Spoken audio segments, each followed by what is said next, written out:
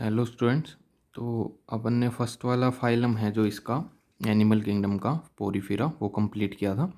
उसके बाद अब जो सेकंड इसमें फाइलम आपको पढ़ना है वो कौन सा है, सिलेंट्रेट्स, या इनको क्या भी बोल देते हैं, निडेरियंस भी बोलते हैं। तो इनके दोनों नाम क्यों हैं कि इनको सिलेंट्रेट्स क्यों बोलते हैं, निडेरिया क्यों बोलते हैं, ये अभी इसमें आगे आएगा। तो कह रहा है, पहला लिख रखा है कि इनको coelenterates are also known as, इनको क्या भी बोलते हैं, निडेरियंस बोलते हैं। क्यों? Due to presence of an stinging cell. इनके अंदर एक स्टिंगिंग सेल होती है जिसके पास स्टिंग प्रेजेंट होता है, जिसका वो यूज करते हैं प्रीडेशन करने में या अपने प्रे को कैप्चर करने में या किसी जगह पे अटैचमेंट के लिए। तो उनके पास एक स्टिंगिंग सेल होती है, पॉइंटेड सेल होती है, जिसके अंदर एक स्टिंग वाला कैप्सूल प्रेजेंट होता है, जिसकी हेल्प से वो प्रीडेशन करते हैं या फिर अपने प्रे को कैप्चर करेंगे या फिर अटैचमेंट करेंगे किसी जगह से। तो उस सेल को क्या बोलते हैं, इनके अंदर नीडोब्लास्ट बोलते हैं, जिसके अंदर ये स्टिंग प्रेजेंट होता है। तो नीडोब्लास्ट इनके अंदर एक स्पेशलाइज सेल है जो स्टिंग कंटेन करती है, इसलिए उस नीडोब्लास्ट की प्रेजेंस की वजह से इनको क्या बोलते हैं, निडेरियंस बोलते हैं। इस ग्रुप को निडेरियंस बोलते हैं। फिर आ रहा है कि भाई उनका हैबिटेट कहाँ है, सिलेंडरेट्स मिलेंगे कहाँ पे। तो हमने पहले वाला पढ़ा था पोरीफेरा। पोरीफेरन्स कहाँ मिल रहे थे, मैरीन वाटर में थे। तो इनमें भी ये ज़्यादातर दे आर एक्वेटिक, वही एक्वेटिक लाइफ में है, पानी वाली वाटर कंडीशन में मिलेंगे। बट मोस्टली ये भी कैसे ही हैं, मैराइन फॉर्म्स ही हैं। जैसे वो भी ज़्यादातर मैरीन फॉर्म थे, उनमें एक स्पॉन्जिला पड़ा था जो फ्रेश वाटर का स्पॉन्ज था। ऐसे ही इनमें भी एक आधा है, ज़्यादातर ये भी कैसे हैं, मोस्टली कैसे हैं, मैरीन फॉर्म्स इनके अंदर मिलेंगी। और कुछ इनके अंदर क्या भी प्रेजेंट होते हैं, फ्यू फ्रेश वाटर फॉर्म्स भी होती हैं, जैसे हाइड्रा। तो तुमने हाइड्रा के बारे में तो पढ़ा भी होगा, उसमें बडिंग होती है, हाइड्रा में सेक्सुअल रिप्रोडक्शन होता है बडिंग करके। तो फ्यू फ्रेश वाटर फॉर्म्स भी एनी एरिया में, जिसमें आपको क्या याद रखना है, हाइड्रा। ठीक है। फिर आता है ओवरऑल जो बॉडी में इनकी सिमेट्री है।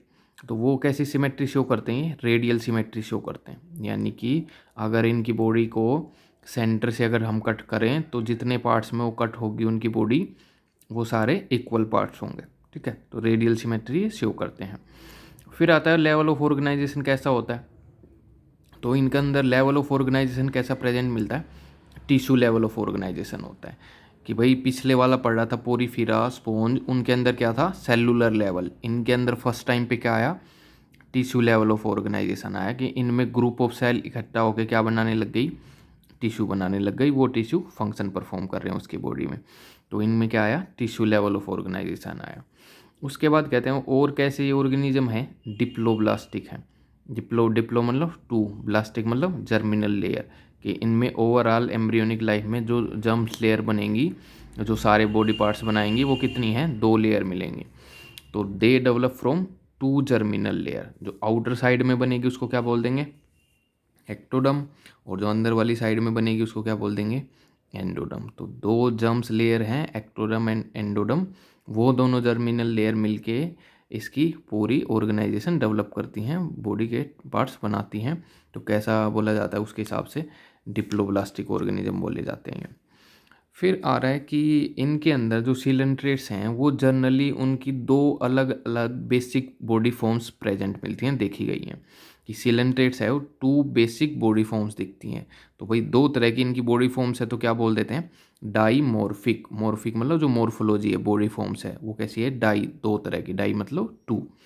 तो 2 तरह की इनके अंदर वो बेसिक बॉडी की मॉर्फोलॉजी देखी जाती है, जिसमें से एक फॉर्म होती है उसको क्या बोलते हैं, मेडूसा। दूसरी इनकी जो बॉडी फॉर्म मिलती है उसको क्या बोलते हैं, पोलिप। तो 2 मिलती हैं इनके अंदर, मेडूसा एंड पोलिप। ये 2 फॉर्म्स मिलती हैं। कि कुछ ऑर्गेनिजम्स हैं सिलेंट्रेट्स में, वो मेडूसा वाली बॉडी फॉर्म फॉलो करते हैं, कुछ ऐसे हैं जो पोलिप वाली फॉलो करते हैं, और कुछ ऐसे भी हैं जो इन दोनों में इंटर कन्वर्ट कर सकते हैं, चेंज भी कर सकते हैं। वो कैसे, वो अभी पढ़ेंगे। तो बेसिक 2 मिलेंगी, मेडूसा या पोलिप। जैसे इसमें अब इन दोनों के बीच में डिफरेंस दिखा रखा है। जैसे तुमने एक एग्जाम्पल सुना होगा, ओरेलिया। ओरेलिया किसको बोलते हैं, जेलीफिश। तो वो जेलीफिश किसका मेंबर होती है, सिलेंट्रेट्स का मेंबर होती है, जो मैरीन वाटर में मिलती है जेलीफिश। तो फ्री स्विम करती रहती है, और उसकी अगर तुम्हें अगर कहीं डायग्राम देखा हो जेलीफिश का तो उसका कैसा लगता है स्ट्रक्चर, अम्ब्रेला शेप स्ट्रक्चर लगेगा तुम्हें। तो ये उसका जो शेप है ऐसा अम्ब्रेला शेप स्ट्रक्चर दिखेगा जेलीफिश का, ओरेलिया का। ठीक है, तो वो कैसी फॉर्म है, फ्री लिविंग फॉर्म, जो फ्रीली रहती है। लेकिन एक आपने इनका एग्जांपल सुना हो एडेम्सिया या सी एनिमन बोलते हैं, वो सी एनिमन कैसी फॉर्म होती हैं, वो अटैच रहती हैं नीचे सबस्ट्रेट से कहीं पे अटैच फॉर्म मिलती हैं। तो जैसे एडम्सिया उसका एक एग्जाम्पल है। तो दो बेसिक फॉर्म्स हैं जो फ्री लिविंग फॉर्म्स होती हैं, उनको क्या बोलते हैं, मेडूसा, और एसयू किसी के अंदर बॉडी फॉर्म सिलेंट्रेट में जो पर्टिकुलर जगह पे अटैच हो, मूव ना करती हो, फ्रीली मूव ना करती हो पानी के अंदर वाटर कंडीशन में, तो उनको क्या बोलते हैं, पोलिप फॉर्म्स। तो ये दो मिलती हैं इनके अंदर basic forms, Medusa and polyp. तो इनके करेक्टर अब याद करने की, मेडूसा कैसी फॉर्म्स है, अम्ब्रेला शेप है, एंड कैसे इंडिविजुअल मिलेंगे इसमें, फ्री स्विमिंग इंडिविजुअल मिलेंगे इसके अंदर। जबकि जो पोलिप वाली फॉर्म है वो कैसी है, साइलेंड्रिकल है, और कैसी फॉर्म है, सिजाइल फॉर्म, यानी कि जो पर्टिकुलर जगह पे अटैच हो जाते हैं, ऐसे मूव नहीं करते, फ्रीली मूव नहीं कर पाते, वो ऐसे हैं। दूसरा इनका एक डिफरेंस क्या है कि जो मेडूसा फॉर्म रखते हैं वो कैसे होते हैं, ऑलवेज सोलिट्री। सोलिट्री का क्या मतलब है कि वो फ्रीली स्विम कर रहे हैं, तो इंडिविजुअल इंडिविजुअल रहते हैं, वो स्विम करते हैं इंडिविजुअली इंडिपेंडेंट, तो अलग अलग मिलते हैं सारे के सारे सोलिट्री फॉर्म। जबकि ये कह रहा है पोलिप फॉर्म कैसी भी हो सकती है, मे बी सोलिट्री के अलग अलग हो, या ये एक पास पास में ही एक ही जगह पे बहुत सारे अटैच हो गए, तो उस टाइम वो क्या बना लेंगे, कॉलोनी बना लेंगे, कॉलोनियल फॉर्म भी मिल जाती है। तो इनके अंदर दोनों दिखते हैं, सोलिट्री फॉर्म्स भी हो जाती हैं, और कई बार वो सोलिट्री फॉर्म इकट्ठी होकर बहुत सारे पास पास में ग्रो होके कॉलोनी भी बना लेंगे, तो कॉलोनियल फॉर्म बोली जाएगी पोलिप्स की।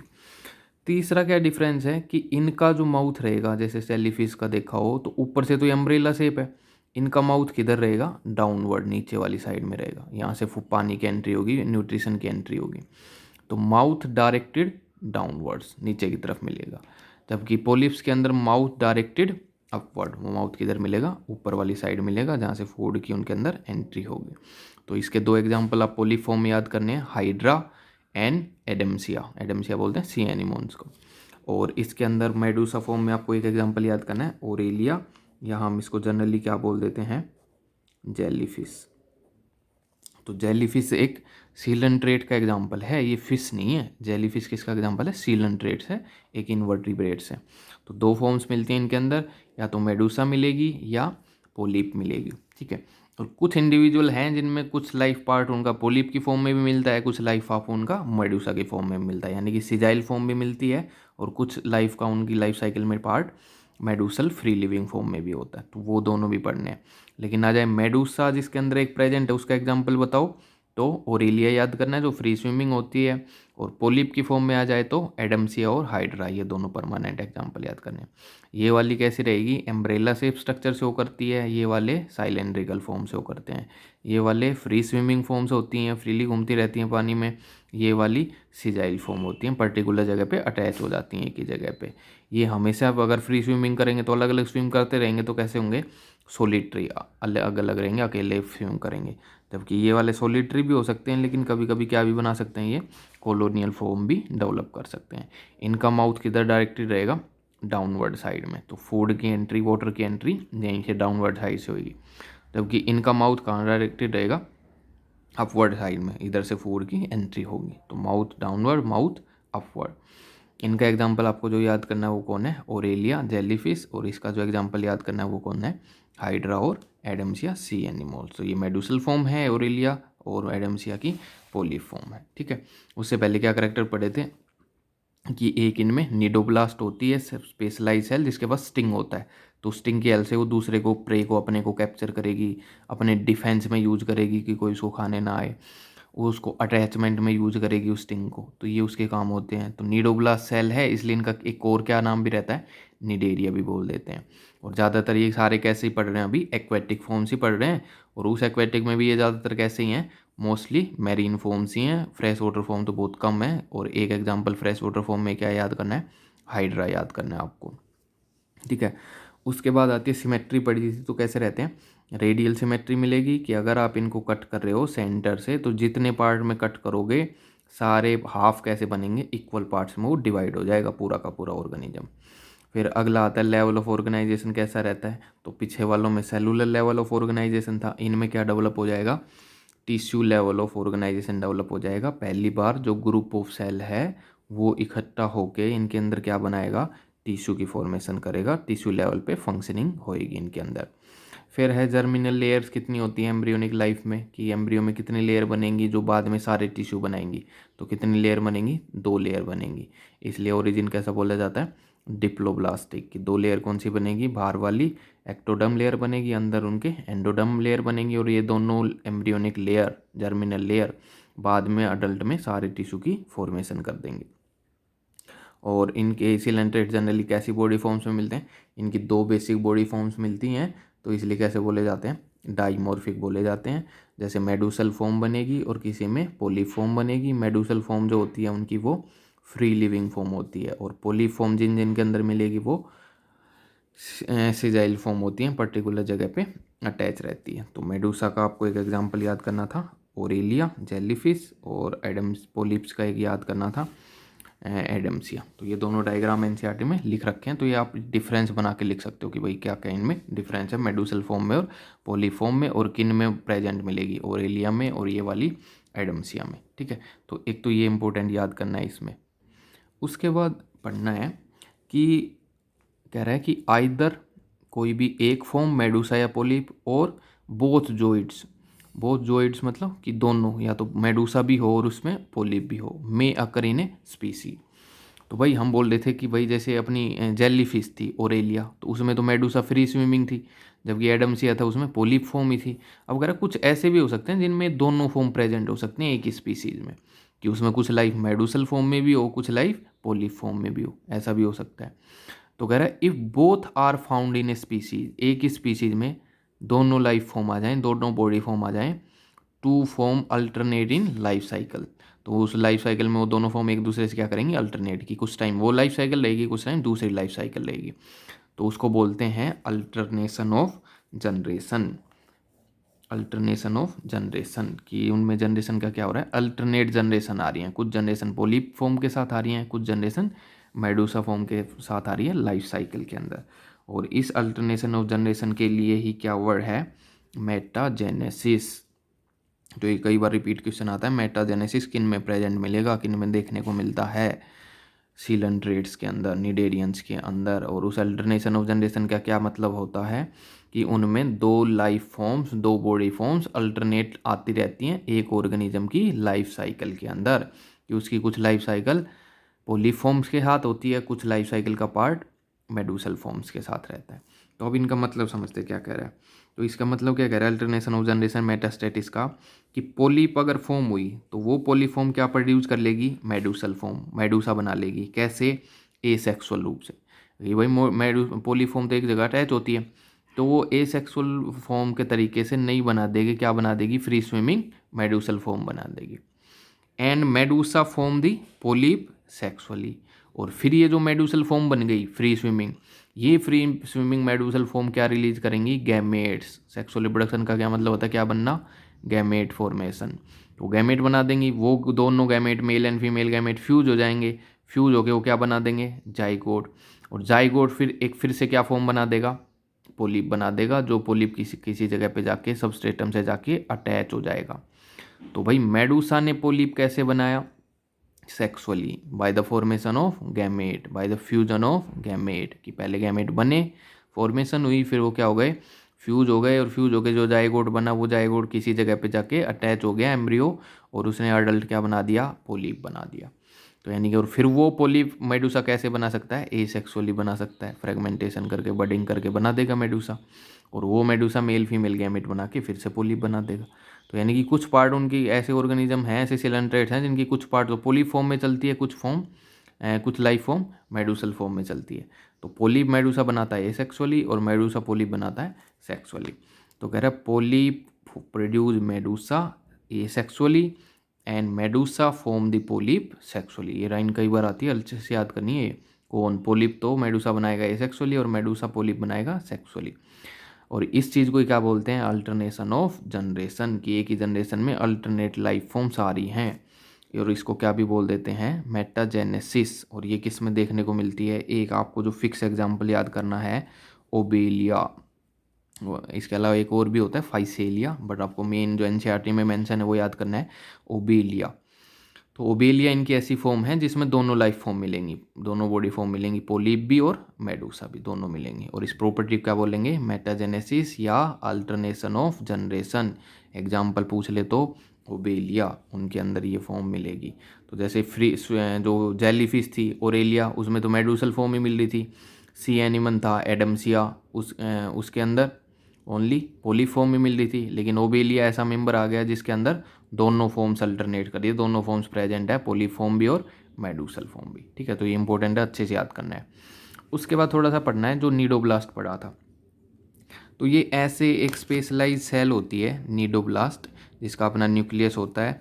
उसके अंदर एक ये स्टिंगिंग कैप्सूल इस जगह में प्रेजेंट होता है, अंदर बंद रहता है वो, ये पार्ट अंदर वाली साइड होता है, जिसको क्या बोलते हैं, निमेटोसिस्ट। ये क्या बोला जाता है, निमेटोसिस्ट या स्टिंगिंग कैप्सूल। ये वाला पार्ट इसका अंदर वाली साइड बंद रहता है और उसमें ये थ्रेड लाइक स्ट्रक्चर जो पिनअप होता है वो अंदर रहता है। लेकिन अगर कोई इसको टच कर रहा है या इसको अटैचमेंट करनी है तो ये वाला इसका जो पार्ट है ये बाहर निकल जाएगा, और ये अपने बाहर एक थ्रेड लाइक स्ट्रक्चर निकालने का पिंच स्ट्रक्चर है, वो बिल्कुल पॉइंटेड स्ट्रक्चर है। वो जाके या तो प्रेडेटर को हार्म कर सकता है, उसको दूर रखेगा, या किसी प्रे को कैप्चर कर सकता है, या ये वाला स्ट्रक्चर इसका अटैचमेंट में भी रोल प्ले कर सकता है। तो नॉर्मली ये क्लोज रहता है, लेकिन किसी के कांटेक्ट में आने पे, प्रे के आने पे या अटैचमेंट करनी है तो उस टाइम पे ये वाला स्ट्रक्चर ये बाहर निकल जाता है। वैसे अंदर वाली साइड कैप्चर रहता है, बंद रहता है। तो ये एक स्पेशलाइज सेल है इनमें नीडोब्लास्ट। इनकी प्रेजेंस की वजह से ही नीडोसाइट भी बोल देते हैं या नीडोब्लास्ट बोलते हैं इनको। दूसरे इनको क्या बोल देते हैं, नीडोसाइट। साइट मतलब सेल, और नीडो मतलब वो सेल जो क्या कंटेन कर रही हैं, स्टिंगिंग कैप्सूल, तो नीडोसाइट्स भी बोलते हैं इनको। तो वही बता रखा कि नीडोब्लास्ट और नीडोसाइट्स यानी कि वो सेल जो क्या कंटेन करती हैं, स्टिंगिंग कैप्सूल एज निमेटोसिस्ट। और ये नीडोसाइट नीडोब्लास्ट प्रेजेंट कहाँ मिलेंगी, ये भी इंपॉर्टेंट पूछते हैं कि नीडोब्लास्ट कहाँ होती हैं, ऑन द टेंटेकल्स। ऊपर इनकी बॉडी के बाहर थ्रेड लाइक स्ट्रक्चर निकले रहते हैं, उनको बोलते हैं टेंटेकल्स। उन टेंटेकल्स सबसे पहले कोई कॉन्टैक्ट में आएगा तो टेंटेकल्स के कॉन्टैक्ट में आएगा जो सबसे ऊपर है, बॉडी के बाहर बाहर है, तो उन टेंटिकल्स में इनकी प्रेजेंस मिलेगी on the tentacles and body. और ओवर भी पूरी बॉडी पे भी मिलने के चांस रहेंगे। टेंटिकल्स पे और बॉडी पे ये नीडोब्लास्ट की प्रेजेंस दिखेगी। और यूज क्या होंगे, फंक्शन क्या होगा इन नीडोब्लास्ट का, which are use for the, first है एंकरेज। एंकरेज मतलब अटैचमेंट में रोल प्ले करेंगे, किसी सबस्ट्रेट से अटैच होना है। दूसरा डिफेंस में भी काम करेंगे कि अपने प्रीडेटर को दूर रखना है कि इसको कोई खा ना पाए, डिफेंस में यूज़ करेंगे। तीसरा इसी को यूज़ करेंगे फॉर कैप्चर ऑफ प्रे, अपने प्रे को कैप्चर करने के लिए भी यूज़ करेंगे। तो अगर प्रीडेटर को दूर रखने में रोल प्ले कर रहे हैं तो क्या बोला जाएगा, डिफेंस में रोल प्ले कर रहे हैं। प्रे को कैप्चर करने के लिए रोल प्ले कर रहे हैं तो क्या बोला जाएगा, अपने ऑफेंस में यूज़ कर रहा है इसका। ठीक है, तो ये रिलेटेड है नीडोब्लास्ट रिलेटेड, जो आपको याद होना चाहिए। उसके बाद कह रहे हैं कि some of the body of some coelenterate may be covered by exoskeleton, कि कई ऐसे भी हैं जिनमें बाहर exoskeleton, hard skeleton, hard part develop हो जाता है। और उस हार्ड स्ट्रक्चर को बाहर बनाने के लिए कौन रोल प्ले करता है, कैल्शियम कार्बोनेट का बना रहता है वो एक्जोस्केलेटन, बाहर का उनका हार्ड पार्ट। फॉर एग्जाम्पल उनको फिर क्या बोलने लग जाते हैं, हम कोरल्स बोलने लग जाते हैं। तो कोरल रीफ्स बनती हैं अलग अलग जगह, वो कोरल रीफ्स किसका एग्जाम्पल होती हैं, सीलेंट्रेट्स का, कि वो बार बार अपने एक्जोस्केलेटन बना लेते हैं हार्ड कैल्शियम कार्बोनेट का, तो वो भी बन जाता है कईयों में। फिर उसके अलावा कह रहा है कि इनके बॉडी में एक लार्ज सेंट्रल केविटी मिलेगी, उस केविटी को क्या बोलते हैं, सीलेंट्रोन। तो पहली बार बॉडी केविटी सीलेंट्रोन इन्हीं के अंदर अराइज होती है, तो इनको क्या भी बोलते हैं, सीलेंट्रेट्स। क्यों ही बोल रहे हैं सीलेंट्रेट्स, क्योंकि एक बॉडी केविटी है जिसको क्या बोलेंगे, सीलेंट्रोन। और having single aperture on hypostome, stome मतलब माउथ, कि जो उनका माउथ है उसके लिए उनके पास सिंगल ओपनिंग है, कि भाई मान लेते हैं ये उनकी वो सीलेंट्रोन है, केविटी है, बॉडी केविटी। लेकिन इस बॉडी केविटी में ओपनिंग कितनी है, सिंगल ही। यही तो माउथ का काम कर रही है, यही एनएस का काम कर रही है कि इसी से तो फूड एंटर कर रहा है, इसी से जो बेकार मटेरियल है इजेशन वाला डाइजेस्टिव वेस्ट है वो बाहर जाने लग रहा है। तो यही माउथ का रोल प्ले कर रहा है, यही एनएस का रोल प्ले कर रहा है, सिंगल ओपनिंग है। तो ये डाइजेस्टिव ट्रैक इसकी कैसी बोली जाएगी, इनकम्प्लीट, क्योंकि एक साइड एनएस, एक साइड माउथ, एक साइड एनएस होना चाहिए था, लेकिन इसके तो एक ही ओपनिंग है माउथ। वही दोनों चीज़ें ला रही है, फूड का इंटेक भी वही कर रही है और डाइजेस्टिव वेस्ट को भी वही बाहर निकाल रही है। तो कैसी डाइजेस्टिव ट्यूब बोली जाएगी इसकी, इनकम्प्लीट। तो कह रहे हैं एक लार्ज सेंट्रल केविटी मिलती है जिसको हम क्या बोलते हैं, सीलेंट्रोन, और इसी सीलेंट्रोन की वजह से क्या बोले जाते हैं, coelenterates. Is having single aperture, single opening on hypostome, mouth जो पार्ट है, इसलिए क्या बोली जाती है, incomplete digestion track. Digestive track कैसा है, इनकम्प्लीट। और ये क्या बोला जाता है, ब्लाइंड सैक, पढ़ा था ना ब्लाइंड सैक। और tube with in tube, tube with in tube वालों में तो क्या जाता है, complete digestive tube with one NS और वन माउथ पार्ट। लेकिन इनमें एक ही सिंगल ओपनिंग है, तो कैसा बोला जाता है, digestive system blind sac arrangement. ठीक है, ये भी इंपॉर्टेंट है। उसके बाद आता है इनमें डाइजेशन कैसे परफॉर्म होगा। तो डाइजेशन इनमें कैसा होता है, एक्स्ट्रा सेलुलर भी होता है as well as intra cellular भी होता है। कि भाई ये इनकी डाइजेस्टिव ट्यूब है, इसके आसपास ये बॉडी के स्ट्रक्चर डेवलप हो रहे होंगे, डिफरेंट टिश्यू सेल्स होंगी। तो हो सकता है कि इस ट्यूब में फूड जाए और वो फूड इस सेल के अंदर चला जाए, टिश्यू के अंदर चला जाए। और टिश्यू के अंदर क्या होता है, फूड वैक्यूल, वैक्यूल प्रेजेंट होते हैं, उन वैक्यूल्स के अंदर फूड का डाइजेशन होता है।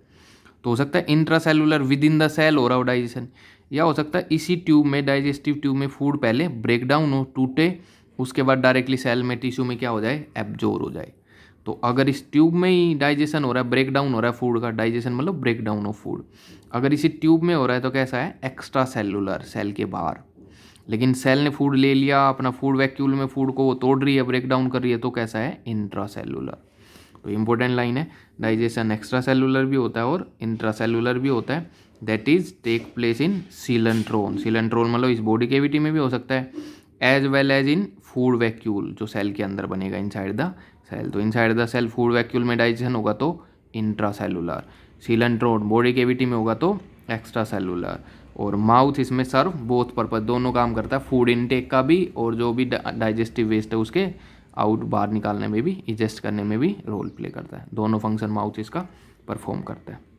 उसके बाद कह रहा है कि जो ये इनकी सीलेंट्रोन है बॉडी केविटी, ये किसके लिए भी रिस्पॉन्सिबल होती है, is also responsible for distribution of food beside partly digesting it. कि सीलेंट्रोन ये काम तो करती है कि इसके फूड को डाइजेस्ट भी करती है, लेकिन साथ साथ में क्या भी काम फंक्शन रोल प्ले करती है, डिस्ट्रीब्यूशन ऑफ फूड। तो तुम अपनी बॉडी में सोचो, अपनी बॉडी में फूड का डाइजेशन तो एलिमेंट्री कैनाल में होता है, स्टमक इंटेस्टाइन में, उसके बाद डिस्ट्रीब्यूट, वो फूड एब्जॉर्ब हो जाएगा ब्लड में, और ब्लड उस फूड को डिस्ट्रीब्यूट करके आएगा डिफरेंट बॉडी की सेल्स के पास। तो डिस्ट्रीब्यूशन का काम होता है ब्लड का, जो वस्कुलर सिस्टम होता है। लेकिन यहाँ डिस्ट्रीब्यूशन का काम भी सीलेंट्रोन का ही है, डाइजेस्ट करने का काम भी और उसका डिस्ट्रीब्यूशन का काम भी है। तो coelenteron is also responsible for distribution of food beside it partly digesting it. तो due to this role it is named as gastro vascular cavity. इसको क्या बोलते हैं, गैस्ट्रो। गैस्ट्रो मतलब ये गैस्ट्रिक केविटी की तरह काम कर रही है, यानी कि डाइजेशन कर रही है, और बाद में ये वस्कुलर, ब्लड वस्कुलर सिस्टम की तरह भी काम कर रही है, डिस्ट्रीब्यूट कर रही है उस फूड को। तो क्या बोला, गैस्ट्रोवस्कुलर केविटी। एनसीईआरटी में लाइन है गैस्ट्रोवस्कुलर केविटी। तो उसका क्या मतलब है, वो उसके एलिमेंट्री कैनाल की तरह भी है और फूड के डिस्ट्रीब्यूशन में भी रोल प्ले करती है। तो जो ब्लड सर्कुलेटरी सिस्टम होता है, वस्कुलर सिस्टम बोलते हैं उसको, उसकी तरह भी काम प्ले कर रही है, रोल प्ले कर रही है। तो ये वर्ड भी इंपॉर्टेंट है, गैस्ट्रोवस्कुलर केविटी क्यों बोल रहे हैं। फिर एक बात आती है कि भाई इनके अंदर नर्वस सिस्टम कैसा रहेगा। तो इनसे पिछले वाले थे जो स्पॉन्ज थे, उनमें तो कैसा लेवल ऑफ ऑर्गेनाइजेशन था, सेलुलर लेवल, सेल के लेवल पे काम हो रहा था। तो सेल के लेवल पे काम हो रहा था तो कोई इतना नर्वस सिस्टम बनेगा ही नहीं, हर सेल अपना इंडिपेंडेंट काम करेगी, तो सबकी एक्टिविटी एक साथ तो होगी नहीं, तो उनके अंदर नर्वस सिस्टम की ज़रूरत ही नहीं थी, उनके अंदर नर्वस सिस्टम अब्सेंट था लगभग। लेकिन इनमें पहली बार टिश्यू बना है, ग्रुप ऑफ सेल इकट्ठा हुआ है, टिश्यू बना है, तो इनके अंदर थोड़े वो सारे मिल के भी काम करने की कोशिश करेंगे, तो क्या डेवलप हो जाएगा, नर्वस सिस्टम। तो नर्वस सिस्टम इनमें कैसा रहेगा, डिफ्यूज टाइप, क्यों डिफ्यूज है, पूरी बॉडी में फैला हुआ है, स्कैटर्ड है, अलग अलग पार्ट्स में। एंड कंसिस्ट ऑफ किसका बना होता है, नेटवर्क रहता है, किनका नेटवर्क, न्यूरॉन्स का नेटवर्क। तो ये तो तुम्हें पता ही है, नर्वस सिस्टम की जो बेसिक यूनिट होती है वो क्या होती है, न्यूरॉन्स। अब उन न्यूरॉन्स का पूरी बॉडी में नेटवर्क बन जाए अलग अलग जगह, तो हम उसको क्या बोल देते हैं, क्या बन गया, डिफ्यूज टाइप का नर्वस सिस्टम, या उसके लिए एक वर्ड यूज क्या करते हैं, न्यूरॉन नेट। तो ये आ जाए सिलेंट्रेट में नर्वस सिस्टम कैसा होता है, न्यूरॉन नेट होता है, नेटवर्क ऑफ न्यूरॉन प्रेजेंट होता है पूरी बॉडी के अंदर, डिफ्यूज टाइप। ठीक है, ये भी है। फिर आता है रिप्रोडक्शन का तरीका, ये क्या फॉलो करते हैं। ठीक है, तो रिप्रोडक्शन में क्या करते हैं, ए सेक्सुअल मोड भी शो करते हैं और सेक्सुअल मोड ऑफ रिप्रोडक्शन भी शो करते हैं। तो asexual mode of reproduction ही कैसे करेंगे, ए सेक्सुअली कैसे करेंगे, सिंपली बाई बर्डिंग करते हैं। और बर्डिंग में तुमने एक एग्जाम्पल पढ़ा है, ये पहले भी पढ़ा है, कौन, हाइड्रा। हाइड्रा क्या शो करता है, बर्डिंग शो करता है इनके अंदर। फिर आता है सेक्सुअल, तो सेक्सुअल भी शो करते हैं। सेक्सुअल में किसकी प्रोडक्शन होगी, गैमेट की प्रोडक्शन होगी, मेल फीमेल गैमेट बनाने पड़ेंगे, वो गैमेट फ्यूज होंगे, फ्यूज होकर वो जाइगोट बनाएंगे, जाइगोट फिर एम्ब्रियो बनाएगा, एम्ब्रियो फिर अडल्ट फॉर्म में कन्वर्ट हो जाएगा। तो सेक्सुअल रिप्रोडक्शन भी होएगा बाई प्रोडक्शन ऑफ गैमेट्स, वो भी प्रेजेंट है, जैसे ओबेलिया में होता है। तो ये भी है, सेक्सुअल फॉर्म भी होती है। फिर अगर ऐसे सेक्सुअल रिप्रोडक्शन में जाइगोट वगैरह वो सब बन रहे हैं, तो लार्वल स्टेज आ जाएंगे इनमें। तो अगर बीच में लार्वा भी आ रहा है, डायरेक्ट अडल्ट नहीं बन रहा जाइगोट से, तो डेवलपमेंट कैसी बोली जाएगी, इनडायरेक्ट डेवलपमेंट बोली जाएगी। इनडायरेक्ट डेवलपमेंट जिनमें बीच में क्या आती हैं, लार्वल स्टेज आती हैं। तो इनमें लार्वल स्टेज भी आती हैं बीच में, जो अडल्ट फॉर्म से थोड़ी डिफर होती हैं, अलग होती हैं। तो जैसे लार्वा होता है, ओबेलिया में जो लार्वा बनता है उसको क्या बोलते हैं, प्लेनुला लार्वा। ये नाम आपको अच्छे से याद रखना है, लार्वा ऑफ ओबेलिया क्या बोला जाता है, प्लेनुला। और ओरेलिया जो जेलीफिश है, उसका जो लार्वल फॉर्म होती है उसको क्या बोलते हैं, इफाइरा। वो क्या बोला जाता है, इफाइरा। तो प्लेनुला लार्वा ओबेलिया में और इफाइरा लार्वा ओरेलिया के अंदर भी प्रेजेंट होता है। तो ये रिप्रोडक्शन से रिलेटेड पॉइंट्स हैं जो आपको इसमें याद रखने हैं। उसके बाद आता है क्लासिफिकेशन, कि इसको क्लासीफाई कितनी क्लासेज में कर रखा है इस फाइलम को। तो मेनली इसकी कितनी क्लासेज बना रखी हैं, 3 क्लासेज में इसको डिवाइड कर रखा है। किस बेस पे बनाई हैं ये 3 classes, on the basis of dominance of polyp and Medusa form, कि भाई उनकी बेसिक बॉडी में ओवरऑल लाइफ साइकिल में कौन सी फॉर्म, बॉडी फॉर्म प्रेजेंट है, कि किसी के अंदर सिर्फ पोलिप फॉर्म प्रेजेंट है, किसी के अंदर सिर्फ मेडुसा फॉर्म प्रेजेंट है, किसी के अंदर दोनों फॉर्म्स आती हैं। तो इस बेस पे उनकी कितनी क्लास डिजाइन की हैं, 3 क्लासेस बना रखी हैं, 3 क्लासेस बना रखी हैं on the basis of dominance of either polyp form, either Medusa form, और बोथ द फॉर्म, दोनों फॉर्म भी हो सकती हैं। उस बेस पे 3 क्लास बना रखे हैं। अब वो तीनों क्लास कौन कौन सी है ये पढ़ना है अब। तो पहली क्लास उसमें है हाइड्राजोआ, हाइड्रोजोआ। तो हाइड्रोजोआ कैसी फॉर्म है, जिसके अंदर दोनों फॉर्म्स मिलेंगी, पोलिप बॉडी फॉर्म्स भी मिलेगी and medusa. Polyp and medusa often show metagenesis, metagenesis मतलब अल्टरनेशन में आती रहेंगी, अल्टरनेशन ऑफ जनरेशन। पोलिप क्या बना लेगी, मेडुसा एसेक्सुअली, और मेडुसा क्या बना लेगी, पोलिप सेक्सुअली। दोनों फॉर्म प्रेजेंट होंगी, हाइड्रोजोआ बोलते हैं इनको। तो इनका एक एग्जाम्पल हमने पीछे पढ़ा था, ये तो पक्का ही फिक्स याद करना ही करना है, कौन, ओबेलिया। ओबेलिया का वैसे इंग्लिश नेम क्या है इसका, सी फर बोलते हैं इसको, सी वाटर में मिलता है, ओबेलिया सी फर। तो इसके अंदर हाइड्रोजोआ दोनों फॉर्म्स हैं। दूसरा एक इसका एग्जाम्पल जो एनसीईआरटी में एग्जाम्पल्स में दे रखा है सिलेंट्रेट्स के एग्जाम्पल में, जो आप याद करोगे वो कौन सा है, फाइसेलिया। फाइसेलिया को बोलते हैं पुर्तगिस मैन ऑफ वॉर, ये इसका इंग्लिश नेम है, पुर्तगिस मैन ऑफ वॉर। और ये न्यूरोटॉक्सिक होता है, टॉक्सिक रिलीज करता है जो नर्वस सिस्टम को अफेक्ट करता है, टॉक्सिक रिलीज करता है, न्यूरोटॉक्सिक। ठीक है, तो 2 एग्जाम्पल आपको याद करने हैं जिनमें अल्टरनेशन ऑफ जनरेशन होती है, हाइड्रोजोआ उसकी क्लास होती है, ओबेलिया एंड फाइसेलिया। तो ये दोनों एग्जाम्पल एनसीईआरटी में दे रखे हैं, लेकिन अल्टरनेशन ऑफ जनरेशन जहाँ लिखा है वहाँ सिर्फ ओबेलिया बता रखा है, लेकिन आपको इसके साथ कौन भी याद करना है, फाइसेलिया भी याद करना है। दूसरी फॉर्म आती है स्काइफोजोआ, इसकी दूसरी फॉर्म आती है स्काइफोजोआ। उसमें क्या रहता है, कौन सी फॉर्म डोमिनेंट मिलेगी, मेडुसा फॉर्म ही मिलेगी सिर्फ, कि Medusa form is more common, polyp में भी रिड्यूज और अब्सेंट। पोलिप फॉर्म या तो है ही नहीं, रिड्यूज हो गई है और अब्सेंट ही हो गई है लगभग। मेन कौन ही डोमिनेंट है पूरी लाइफ साइकिल में, मेडुसा फॉर्म। यानी कि मेडुसा फॉर्म यानी कि कैसे ऑर्गेनिज्म, फ्री लिविंग। तो फ्री लिविंग हमने कौन पढ़ा था, Aurelia jellyfish. Jellyfish free living होती है, पानी में फ्रीली स्विमिंग करती रहती है। तो ओरेलिया जेलीफिश, और दूसरी एक जेलीफिश होती है मून जेली बोलते हैं। एक इसके मेंबर हैं स्काइफोजोआ क्लास के हैं, जिनमें मेडुसा फॉर्म प्रेजेंट होती है। तीसरा जो जिसमें ज़्यादातर ग्रुप आता है सिलेंट्रेट्स का, वो कौन सी है, एंथोजोआ। तो एंथोजोआ ऐसी फॉर्म है जिसमें कौन सी बॉडी फॉर्म्स प्रेजेंट मिलेगी, ओनली डोमिनेंट मिलेगी, ओनली पोलीफॉर्म्स उनमें क्या करती है, डोमिनेंट रहती है। मेडुसा फॉर्म रिड्यूस हो जाएगी या अब्सेंट ही हो जाएगी, यानी कि हम बोलेंगे उसमें बस कौन है, पोलीफॉर्म। इसमें हम बोल लेते कौन है, सिर्फ मेडुसा फॉर्म, उसमें बोल लेते कौन है, दोनों फॉर्म्स। फिर कहला है ठीक है इसमें पोलीफॉर्म्स हैं एंथोजोआ में, लेकिन इस क्लास में दो तरह के एनिमल्स आते हैं, और वो दो तरह के एनिमल्स किस स्पेस पे बनाए कि किन के अंदर स्केलेटन एक्जोस्केलेटन प्रेजेंट होता है, किन में अब्सेंट होता है, कि वो ठीक है दोनों पोलीफॉर्म है, यानी कि वो अटैच हो जाती हैं सबस्ट्रेटम से, एक जगह पे पानी में अटैच हो जाती हैं, मूव नहीं करती, लेकिन कुछ उस पर्टिकुलर जगह पर अटैच होने के बाद स्केलेटन सिस्टम बना लेती है अपने बाहर, कैल्शियम कार्बोनेट की कवरिंग बना लेती हैं, बट कुछ फॉर्म हैं जो वो कवरिंग नहीं बनाती। तो इनमें दो ग्रुप हैं, एक को बोलते हैं सी एनिमल्स और दूसरा ग्रुप है कोरल्स। तो सी एनिमल्स इनके ऐसे एंथोजोआ हैं जो अपने बाहर स्केलेटन नहीं बनाते हैं, उनके स्केलेटन कैल्शियम कार्बोनेट का स्केलेटन अब्सेंट रहता है, वो फ्रीली रहते हैं, वैसे कोई भी कवरिंग नहीं होती बाहर कैल्शियम कार्बोनेट की। लेकिन दूसरी फॉर्म्स होती हैं कोरल्स, उनके अंदर जो आउटर स्केलेटन बन जाता है वो किसका बनता है, कैल्शियम कार्बोनेट की फॉर्मेशन से बनता है। तो सी एनिमल जिनके अंदर स्केलेटन अब्सेंट है उसका कौन एग्जाम्पल है, एडम्सिया, सी एनिमोनी बोलते हैं, या एडम्सिया। दूसरा एक इसका एग्जांपल जो दे नहीं रखा है एनसीईआरटी में बट आप लिख सकते हो, मेट्रीडियम। ये दोनों सी एनिमल हैं जिनमें स्केलेटन अब्सेंट होता है और एंथोजोआ के मेंबर हैं जिनमें पोलीफॉर्म डोमिनेंट होती है। दूसरी पोलीफॉर्म डोमिनेंट एंथोजोआ कौन सा है, कोरल्स। लेकिन इन कोरल की क्या खास बात है, क्या बना लेंगे, एक्जोस्केलेटन, किसका, कैल्शियम कार्बोनेट का। और इसके एग्जाम्पल आप क्या याद करोगे, पेनाटूला, इसको बोलते हैं सी पेन। दूसरा होता है सी पेन, मतलब ये जो अपने हाथ से पंखा करते हैं, पंखा होता है उसके जैसा इसका शेप रहता है। दूसरा होता है गोर्गोनिया, इसको बोलते हैं सी फैन। तीसरा है मीनड्रीना, ब्रेन कोरल्स। तो ये तीनों एग्जांपल एनसीईआरटी में दे रखे हैं। तो ये तीनों क्या हैं, कोरल्स फॉर्म हैं जिनमें पोलीप फॉर्म डोमिनेंट है, पेनाटूला सी पेन, गोर्गोनिया सी फैन, मीनड्रीना ब्रेन कोरल्स। तो ये कौन सी फॉर्म है इनकी, एंथोजोआ फॉर्म है जिनमें पोलीप बॉडी फॉर्म डोमिनेंट मिलती है।